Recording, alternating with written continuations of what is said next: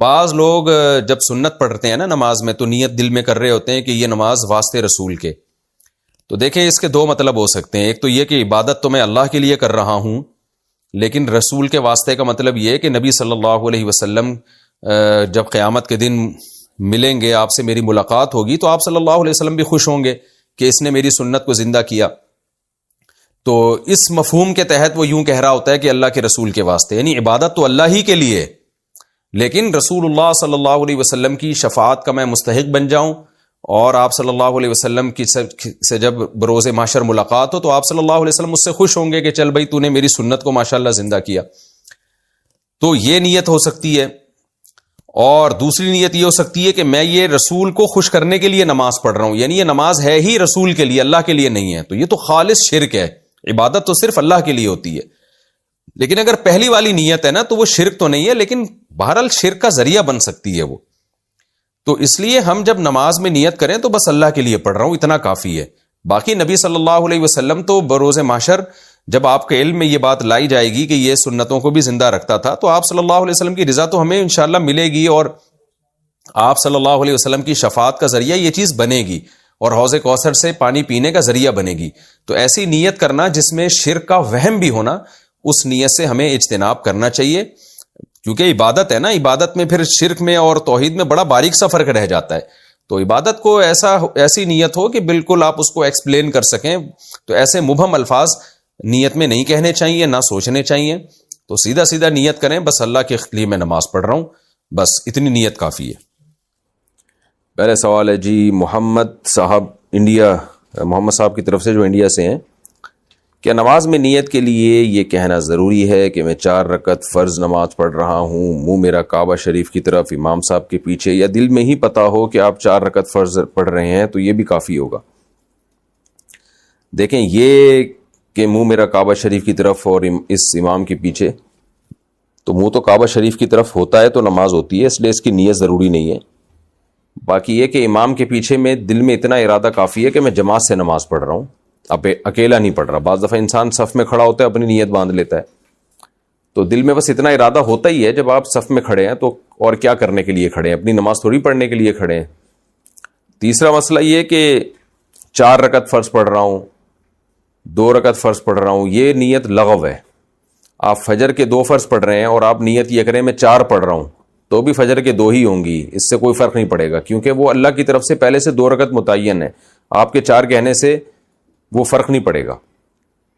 ظہر میں آپ نے یہ نیت کر لی کہ میں ظہر کی 2 رکعت پڑھ رہا ہوں، تو بھی نماز آپ کی ہو جائے گی، کیونکہ ظہر کی 4 رکعت ہوتی ہیں، 2 ہوتی نہیں ہیں. سفر میں آپ نے 2 پڑھنی ہے، اگر آپ نے یہ نیت کر لی میں 4 پڑھ رہا ہوں تو بھی 2 ہی پڑھنی پڑیں گی اور نماز ہو جائے گی، کیونکہ سفر میں اللہ کی طرف سے 2 متعین ہے.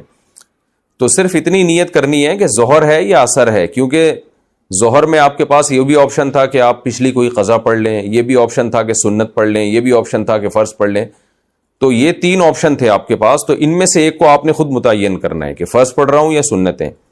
نمبر 2، ظہر پڑھ رہا ہوں یا پچھلی کوئی قضا پڑھ رہا ہوں. تو جب آپ نے یہ نیت کر لی کہ نہیں جی ظہر ہے، تو 4 رکعتیں 2 رکعتیں یہ لغو کام ہو جائے گا، اس کی ضرورت نہیں ہے. بس اتنی نیت کہ ظہر ہے اور فرض ہے، بس.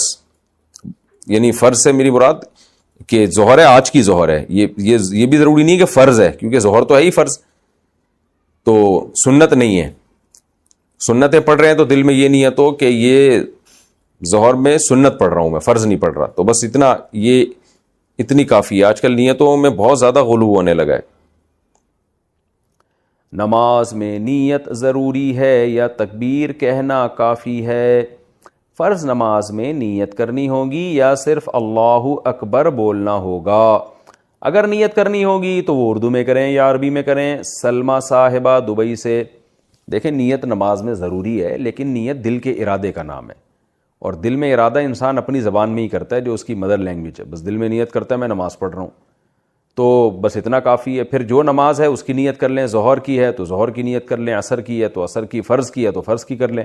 بس دل میں نیت کافی ہے، اس کا انگلش عربی اردو سے کوئی تعلق نہیں ہے. نماز کی نیت کیا زبان سے ضروری ہے؟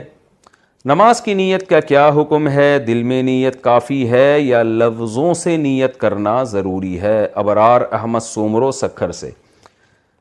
نہیں جی، نیت تو دل کے ارادے کا نام ہے، بلکہ فقہا نے لکھا ہے کہ دل میں ارادہ تھا ظہر پڑھ رہا ہوں اور واقعی ظہر کی نماز تھی، زبان سے نکل گیا کہ عصر پڑھ رہا ہوں تو نماز ادا ہو جائے گی، اس لیے کہ دل میں صحیح ارادہ کیا ہوا ہے۔ اور اگر ظہر پڑھ رہا ہے، دل میں ارادہ کر لیا عصر پڑھ رہا ہوں، زبان سے نکل گیا ظہر پڑھ رہا ہوں تو نماز نہیں ہوگی، حالانکہ زبان سے صحیح نکلا ہے لیکن چونکہ دل میں عصر تھا تو نہیں ہوگی۔ تو اس لیے دل میں ارادہ ہے اصل نماز کے لیے، زبان سے نیت ضروری نہیں ہے۔ وہمیوں کے لیے فقہا نے لکھا تھا کہ جو وہمی ہوتے ہیں نا، جو ہر وقت وسوسوں میں مبتلا رہیں گے، پتہ نہیں میں نے ظہر کی نیت کی تھی عصر کی، بعض ایسے وہمی ہوتے ہیں، ان کے لیے فقہا نے لکھا ہے کہ وسوسہ دور کرنے کے لیے وہ زبان سے نیت کر لیں، لیکن نارملی شریعت کا حکم یہی ہے کہ انما الاعمال بالنیات، اعمال کا مدار جو نیت پر ہے، تو نیت تمام فقہا کا اتفاق ہے وہ دل کے ارادے کا نام ہے۔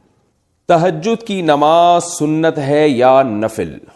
تہجد کی نماز سنت ہے یا نفل؟ صادق رفیق انڈیا سے۔ دیکھیں یہ سنت یا نفل یہ ٹرمز ہیں، اصطلاحات ہیں جو ایک دوسرے کے معنی میں بھی استعمال ہوتی ہیں۔ نفل کہتے ہیں اضافی نماز جو فرض نہ ہو، اس لحاظ سے تو تہجد نفل نماز ہے، لیکن ہر نفل پر نبی صلی اللہ علیہ وسلم نے پابندی نہیں کی ہے، اہتمام نہیں کیا ہے، تو جو وہ نوافل جن کا آپ صلی اللہ علیہ وسلم نے اہتمام کیا یا آپ ان کو پڑھا کرتے تھے تو ان کو سنت کہا جاتا ہے۔